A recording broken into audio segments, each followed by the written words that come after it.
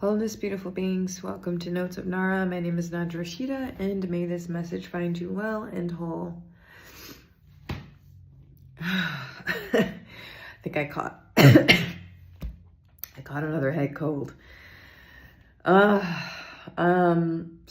I'm all about consistency, right? I'm all about consistency, and oh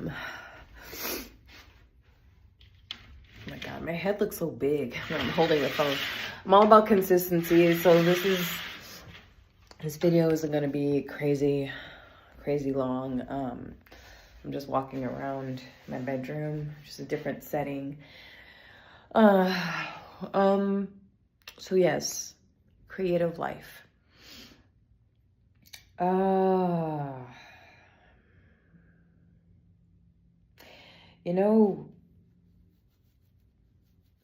I find the most critical thing when in the space of creativity, right? Using our creative life force energy to create and manipulate energy, to design and to experience things, whether that's fashion or art or music or dance or building a home from scratch. I've been watching a lot of those videos online where, people literally build from the ground up, and usually not with a lot of money. Just some of them, they have to sacrifice something to get something. And that's one of the universal laws, the law of sacrifice. You sacrifice your time for something else. And I noticed, and I've also been watching a lot of philosophical videos of everyday people, okay? Of everyday people that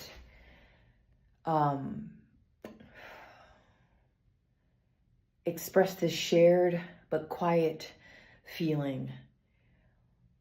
Our everyday jobs, whether you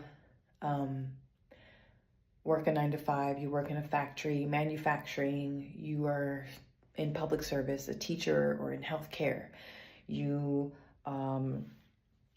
you're doing something, you're an employee, right? Oftentimes we don't ever question this because we've normalized our energy is put in a box called time, and we willingly give it away. We have become wage slaves, and we dress it up. Wage slave is like hourly, you make hourly wage, or salary. You do hourly wage, you work the hourly wage jobs for so long that then they put your time in a new box, and then they decorate it with a new ribbon, and they make it all decorative and shiny and glittery and cute, like a Christmas gift sitting under a Christmas tree. And then they call that a salary. But you're still enslaved in some way. We give our time away. Like I said, time is just energy in a cube. And we do this because we're trained to do it. We're programmed to do it. We are conditioned to do it. And I find that if we go against our this quote unquote programmed nature, that's the only way. You go against what is naturalized, what is normalized. When it comes to creativity, right? We're told what to do with our sexual energy. We're told what to do with our time off. We're told what to do with our time on. We're told what to do when spending time with loved ones. We're told what to do and how to spend our time as a mother or a father or a parent or a lover or a sibling or a stranger or a part of a community. We're always told what to fucking do all the time with our time, meaning energy. And the people that we don't see, many of them nameless, very small percentage of people collect these cubes of energy. And I'm in my mid to late 30s now, right? Very blessed to have this body. I'm blessed to be alive. I'm blessed to I'm very gifted. I'm just grateful to be able to have what I have, to have the life that I have. Living in a society that's advanced to a certain extent. It's almost like I feel like I'm going forward, but also backwards all at the same time. It's a very weird living in a Western country, a Western culture. It's like you're advanced, but then you're going back. Right? They only allow you to get so far and then they pull you back, right? They'll let you take out student loans. They'll let you take out bank loans. They'll let you take out a house loan, a mortgage, but they will make it almost damn near impossible for you to take out a business loan, to open your own business, to start something new so that you can profit and spread your prosperity to other people, which in turn will inspire them to do their thing and to create and build and share that. No, they don't want that. They don't want that. But the most valuable thing is your energy. Because once it's gone, it's gone.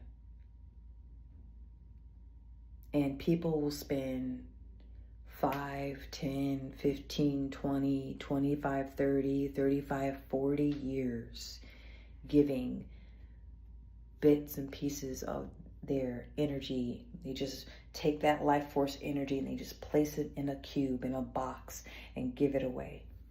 We are paid to give our time away. We are paid to give our life force energy away, to sustain ourselves to a certain extent so that it can maintain the system.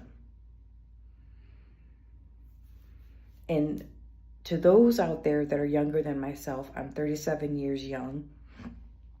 And if you find yourself 27, 17 watching this and you can relate, congratulations. If you find yourself 47, 57, 67, 77 watching this, it's not too late. Congratulations. It all depends on your perception of time that dictates your relationship to life. So if you find that you feel you're too old, too young, too poor, too wealthy, too this, too that, that is your own perception. We have been trained to perceive our reality like a cube. If you think of the energy of Saturn, the planet Saturn is actually a cube. If you unfold a cube, it looks like a cross. I'm talking about the cross, the Christian cross.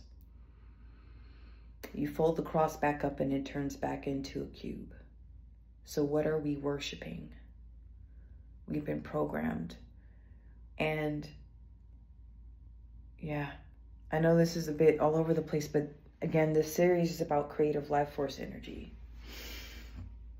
Creative life force energy and waking up and realizing where it's going. Why are you giving it? Why aren't we charging them more? They tell us, no, don't ask for more. Based off of your credentials, based off of your license, based off of your degree, this is what you're worth. But our energy is priceless. Our energy is valuable. And then they keep increasing and demanding, they demand more of our energy, more of our time. People are cracking under the pressure out here. I live the way I live. I live very simply due to this. The fewer material things that you have in your space, the more clear you'll become, and the less you become prisoner to it. The things that you own begin to own you. Always. Every picture, every frame, every lamp, every rug, every bed, every sheet, every towel.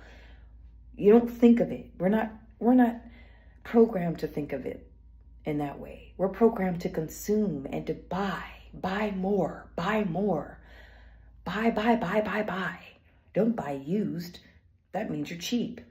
Buy more, buy, buy, buy, consume, consume, consume, consume, consume, eat, eat, eat, eat, eat. The parasites, it's very parasitic.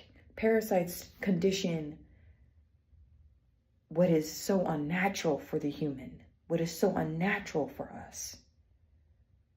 We are governed by parasites, so that's why we live inorganically, right? We suck from the mother, we suck. We just... So yeah, this is a little bit of a rant. But just question, what is the price of your energy? I'm going to name the title of this video. What is the price? Name your price. Name it. Because someone's already put a price on your head. $11 an hour. $15 an hour. $20 an hour. $85 an hour. There's a fabulous YouTuber called Gooby and Doobie. This Korean American, I believe he's Korean American. And he's an ex-neurosurgeon. When I was a little girl, because I told you I wanted to be a doctor and I wanted to be a musician. I wanted to heal people and I wanted to create. And so I've gone in between those two worlds in my own way, of course. I always loved science. I always loved everything, anything knowledge, and I just loved it growing up. But this gentleman, he's probably around my age, middle age, early 30s, mid 30s, I think, mid 30s. And he left. He left medicine. He left all the money. Gooby and Doobie, I'll put the link down below. Check him out. Very philosophical. I love philosophical minds. Before ideology, there's always philosophy, or maybe it's the other way around. But it's very interesting. This man walked away from, you're making six figures. I mean, you're opening up skulls and healing brains. Come on now. I think of the great Ben Carson, who performed the surgery on the Siamese twins who were connected from skull to skull. And he did that successfully. One of the first, I think, African-American doctors to do so. What is the price of your energy?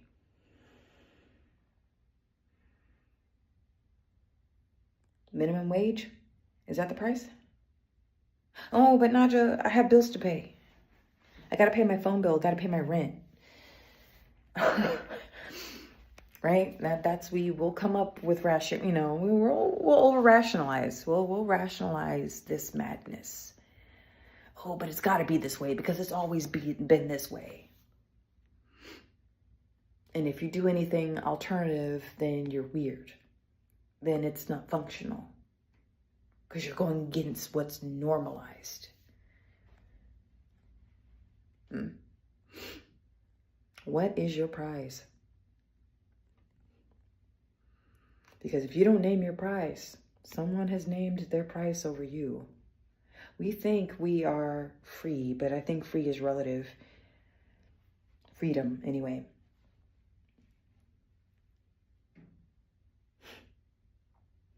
What does it mean to be truly free? Truly, what does it mean to be truly free? Is there a cost to freedom? Should there be a cost to freedom? Why is freedom not free? Why do we have to make these great sacrifices in order to be free and to live free and to exist freely? Why? Why is it this way? Why do we have to commit atrocities in life to secure a few centuries of freedom? All for it to repeat itself again. War after war. An empire is built, an empire dies, and another empire is built. A revolution, civil war, over and over and over again. All in the name of what? True liberation. But what is liberation? And why does it cost so much? What is man and woman trying to seek outside of themselves? Why do we imprison ourselves? Why do we want to imprison others? Why is that? Why? Why do we feel the need to imprison other people? And now it's becoming more nefarious with this digitization of our culture and how we interact. Even like this. Like, ugh. It's inhuman. It's inorganic. But they're pushing it to a way that this is one of the biggest ways and the most phenomenal ways to connect with another human being, but without being connected.